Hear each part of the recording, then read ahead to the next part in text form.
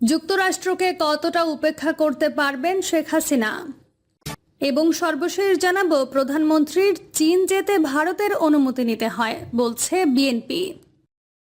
এতক্ষণ শুনছিলেন সংবাদ শিরোনাম, এবার বিস্তারিত। যুক্তরাষ্ট্রকে কতটা উপেক্ষা করতে পারবেন শেখ হাসিনা? আমেরিকা চাইলে যে কোনো দেশের ক্ষমতা উল্টাতে পাল্টাতে পারে, কথাটি কোনো সাধারণ মানুষের নয়, খোদ বাংলাদেশের প্রধানমন্ত্রী শেখ হাসিনার। তিনি এই কথাটি বলেছেন 2023 সালের 10 এপ্রিল বাংলাদেশের জাতীয় সংসদে। যুক্তরাষ্ট্রের দিকে ইঙ্গিত করে শেখ হাসিনা আরও বলেছিলেন, গণতন্ত্রকে বাদ দিয়ে এখানে এমন একটা সরকার আনতে চাচ্ছে তার গণতান্ত্রিক কোনো অস্তিত্ব থাকবে না। শেখ হাসিনা বলেছিলেন, যে দেশটা আমাদের কথায় কথায় গণতন্ত্রকে সবক দেয়, আর আমাদের বিরোধী দল থেকে শুরু করে কিছু কিছু লোক তাদের কথায় খুব নাচন কোদন করছেন, উঠবস করছেন, উৎফুল্ল হচ্ছেন। হ্যাঁ, তারা যে কোনো দেশের ক্ষমতা উল্টাতে পারেন, পাল্টাতে পারেন। পরে এবছরের মে মাসে লন্ডনে বিবিসিকে দেওয়া সাক্ষাৎকারে শেখ হাসিনা তার বক্তব্য আরও স্পষ্ট করেন। তার ব্যাপারে যুক্তরাষ্ট্রের মনোভাবের কথা সরাসরি প্রকাশ করেন। র্যাবের ওপর আরোপিত নিষেধাজ্ঞাকে কেন্দ্র করে শেখ হাসিনাকে প্রশ্নটি করা হয়েছিল। তার কাছে জানতে চাওয়া হয়েছিল, যুক্তরাষ্ট্র নিষেধাজ্ঞা দিচ্ছে কেন? এর জবাবে তিনি বলেছিলেন, আমি জানি না, হয়তো তারা আমার কাজ অব্যাহত থাকুক তা চায় না। আমি বাংলাদেশের জন্য যেসব উন্নতি করেছি সেটা তারা হয়তো গ্রহণ করতে পারছে না, এটা আমার অনুভূতি। বলা হয়, শেখ হাসিনা দেশের মানুষের আবেগ, অনুভূতি আর তার দলের উন্মাদনাকে পুঁজি করে রাজনীতি করে যাচ্ছেন। যুক্তরাষ্ট্রের কাছে নিজেকে বিপন্ন হিসেবে উপস্থাপন করে তিনি মানুষের সে আবেগকে পুরোপুরি ব্যবহারের চেষ্টা করেছেন। কিন্তু তার এ বক্তব্য যে রাজনৈতিক উদ্দেশ্য প্রণোদিত তা বুঝতে মানুষের সময় লাগেনি। একটি দেশের সরকার প্রধানের নৈতিক ভিত্তি কতটা দুর্বল আর জনভিত্তি কত কম হলে তার মধ্যে এ আতঙ্ক ছড়াতে পারে, তার অনুধাবন করা কঠিন কিছু নয়। বাংলাদেশের জনগণ ব্যাপকভাবেই মনে করে যে শেখ হাসিনার সরকার তাদের ম্যান্ডেট পাওয়া নয়, রাষ্ট্র পরিচালনার কর্তৃত্ব জনগণ তাকে দেয়নি। তিনি জনগণের ক্ষমতা ছিনতাই করেছেন, জবরদস্তি দেশ চালাচ্ছেন। যাই হোক, আবার যুক্তরাষ্ট্র ও বাংলাদেশের প্রসঙ্গ। বৃহত্তম অর্থনৈতিক অংশীদার হিসেবে বাংলাদেশের ভালো মন্দে যুক্তরাষ্ট্রের একটা অবস্থান ও বক্তব্য থাকে। তদুপরি দীর্ঘ আন্দোলন সংগ্রামের মাধ্যমে গণতান্ত্রিক রাষ্ট্র হিসেবে বিশ্বে পরিচয় পাওয়া বাংলাদেশের গণতন্ত্রের প্রকৃত অবস্থা আর তার চর্চা নিয়ে যুক্তরাষ্ট্রের আগ্রহ থাকাটা স্বাভাবিক। দ্বাদশ জাতীয় সংসদ ঘনিয়ে আসায় গত কয়েক মাস ধরে বাংলাদেশে মার্কিন যুক্তরাষ্ট্রের তৎপরতা স্পষ্ট। যুক্তরাষ্ট্র বরাবরই বলে এসেছে, তারা বাংলাদেশে অবাধ, সুষ্ঠু, গ্রহণযোগ্য ও অংশগ্রহণমূলক নির্বাচন দেখতে চায়। এজন্য সব ধরনের সহযোগিতার আশ্বাসের পাশাপাশি এই ধরনের নির্বাচনে বিঘ্ন সৃষ্টিকারীদের বিরুদ্ধে ব্যবস্থা নেওয়ার কথাও জানায় দেশটি। এর অংশ হিসেবে কার্যকর করা হয় ভিসা নিষেধাজ্ঞা। 28 অক্টোবর বাংলাদেশের রাজধানী ঢাকায় বিএনপির প্রধান কার্যালয়ের সামনে দলটির মহাসমাবেশ বল প্রয়োগে পণ্ড করে দেয় বাংলাদেশের পুলিশ। এরপর বিরোধী রাজনৈতিক শক্তিকে কোণঠাসা করে ফেলে সরকার। বিএনপিকে বাদ দিয়ে নির্বাচনের পথ ধরেছেন শেখ হাসিনা। সংবিধানের দোহাই দিয়ে আরেকটি একতরফা এবং সাজানো ও পাতানো নির্বাচনী যেন আওয়ামী লীগ সরকারের ধারাবাহিকতার রক্ষা কবচ, যে কারণে আওয়ামী লীগ ও শেখ হাসিনা আন্তর্জাতিক আহ্বানকে উপেক্ষা করে যাচ্ছে। এরই মধ্যে অবশ্য যুক্তরাষ্ট্রের দক্ষিণ ও মধ্য এশিয়া বিষয়ক সহকারী পররাষ্ট্রমন্ত্রী ডোনাল্ড লু আলোচনায় বসার আহ্বান জানিয়েছেন। তিনি এজন্য যে চিঠি দিয়েছেন তা আওয়ামী লীগকে পৌঁছে দেওয়া হলেও তারা জানিয়েছে, অর্থবহ সংলাপ করার মতো সময় এখন আর নেই। ঢাকার রাজনীতি বিশ্লেষকরা মনে করছেন, সংলাপের জন্য সময় যথেষ্ট ছিল বা আছে, কিন্তু কোনো উদ্যোগ না নিয়ে আওয়ামী লীগ এক ঝটকায় সংলাপ থেকে নিজেদের সরিয়ে নিয়ে দীর্ঘদিন ধরে চলা স্বৈরতান্ত্রিক মনোভাবের নগ্ন প্রকাশ ঘটিয়েছে। তাদের বক্তব্য, সংলাপের সময় নেই এটা কোনো কথা নয়। আসল কথা হলো যে কোনো উপায়ে যে কোনো ধরনের একটা নির্বাচন করে ক্ষমতার নতুন সিলমোহর মারাই আওয়ামী লীগ ও শেখ হাসিনার উদ্দেশ্য। এতে আর তার তর সইছে না, একথা সবাই জানে। গণতন্ত্র একটি বৈশ্বিক ধারণা ও সরকার ব্যবস্থা। আওয়ামী লীগ হাস্যকরভাবে তাদের সাফল্যের বয়ান দিতে গিয়ে বাংলাদেশকে বিশ্বের উন্নয়নের রোল মডেল হিসেবে উল্লেখ করে থাকে। বিশ্বের কোনো দেশ বাংলাদেশকে রোল মডেল ধরে হাঁটছে তা কারো জানা নেই। তারপরও উন্নয়নের রোল মডেল একটি দেশ হলেও হতে পারে, কিন্তু গণতন্ত্রের ক্ষেত্রে কোনো খামখেয়ালিপনা চলে না। এর কোনো বাংলাদেশ মডেল হতে পারে না। গণতন্ত্র মানে জনগণের অবাধ ভোটাধিকার, রাজনৈতিক দলগুলোর জন্য নির্বাচনের সমতল ভূমি আর মত প্রকাশের স্বাধীনতা। বর্তমানে বাংলাদেশে এই তিনটি অনুপস্থিত।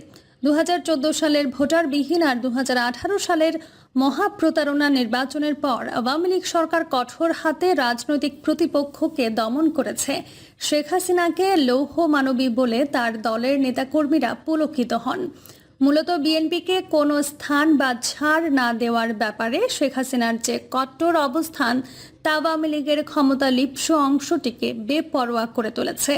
বাংলাদেশে দ্বাদশ জাতীয় সংসদ নির্বাচনের তফসিল ঘোষণা করা হয়েছে।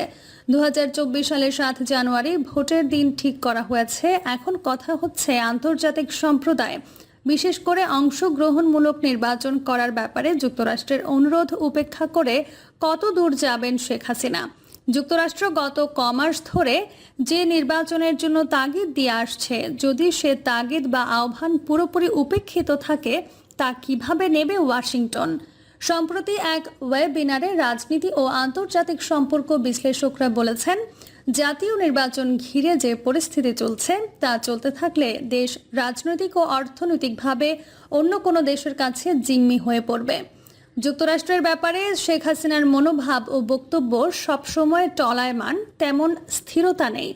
যুক্তরাষ্ট্র তাকে ক্ষমতা থেকে সরিয়ে দিতে চায়, এমন কথা তিনি বলেছেন। আবার যুক্তরাষ্ট্র ভিসা নীতি কার্যকর করার কথা বলার পর তিনি পাল্টা হুমকি দিয়েছেন, কোনো দেশ স্যাংশন দিলে তার কাছ থেকে বাংলাদেশ সরকার কোনো পণ্য কিনবেন না। শুধু তাই নয়, যুক্তরাষ্ট্রে যাওয়ার প্রয়োজনীয়তা নিয়েও কটাক্ষপূর্ণ মন্তব্য করেছেন তিনি। বাংলাদেশের জন্য ভিসা নীতি ঘোষণা এবং স্যাংশন দেওয়ায় মার্কিন যুক্তরাষ্ট্রের সমালোচনা করে প্রধানমন্ত্রী শেখ হাসিনা বলেছিলেন, 20 ঘন্টা জার্নি করে আটলান্টিক পাড়ি দিয়ে আমেরিকা না গেলে কিচ্ছু যায় আসে না। পৃথিবীতে বন্ধুত্ব করার মতো আরও অনেক মহাদেশ আছে। সেই মহাদেশের সঙ্গে মহাসাগরেই আমরা যাতায়াত করব, বন্ধুত্ব করব।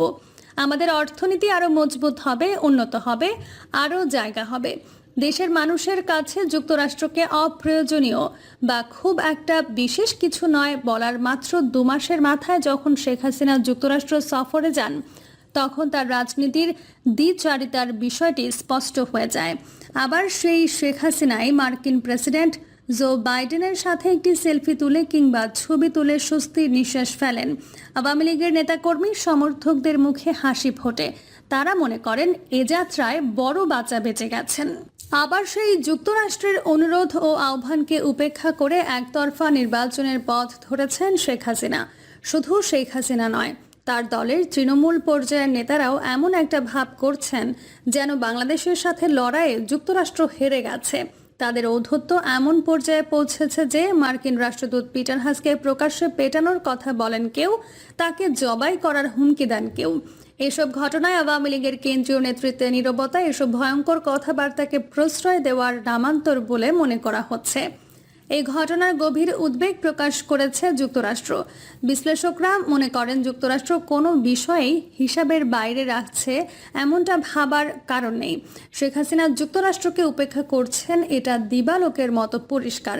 কিন্তু কথা হচ্ছে তিনি যুক্তরাষ্ট্রকে কতটা উপেক্ষা করতে পারবেন।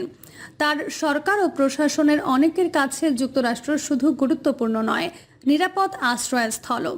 তারা কোনোভাবে চাইবে না পুরো বিষয়ে যুক্তরাষ্ট্র নিজেকে পরাজিত পক্ষ ভাবুক। তাই ওয়াশিংটন পুরো বিষয়টি নিয়ে ঘুরে দাঁড়ালে বিপাকে পড়বে ঢাকা।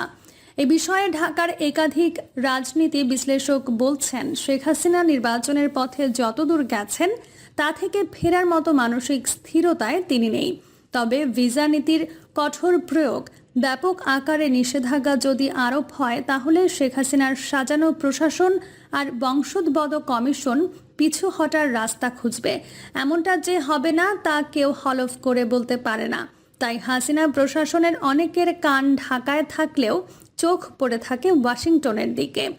4 দশকের বেশি সময় ধরে রাজনীতি করা শেখ হাসিনাকে রাজনীতির কাঁচা খেলোয়াড় মনে করছেন না ওই বিশ্লেষকরা। তবে তারা মনে করছেন যুক্তরাষ্ট্র সহ পশ্চিমা বিশ্ব এবং তাদের মিত্র গণতান্ত্রিক শক্তিগুলোকে উপেক্ষা করে শেখ হাসিনার সম্ভবত রাজনীতির দাবা খেলায় একটি ভুল চাল চেলেছেন। এর পরিণতি দেখার জন্য খুব বেশি সময় অপেক্ষা নাও করা লাগতে পারে। তবে সেই পরিণতির দায় শুধু শেখ হাসিনাকে নয়, এমনও হতে পারে ভুগতে হতে পারে পুরো দেশ আর দেশের মানুষকেও। ভয়টা সেখানেই। এ ভয়ে আছেন যুক্তরাষ্ট্র, ইউরোপ সহ বিশ্বের বিভিন্ন দেশে থাকা বাংলাদেশের কোটির ওপর প্রবাসী আর দেশের কোটি কোটি মানুষ। প্রিয় দর্শক, এই ছিল এখনকার সর্বশেষ সংবাদ। আপডেট সব সংবাদ পেতে চ্যানেলটি সাবস্ক্রাইব করে বেল আইকনটি ক্লিক করে রাখুন।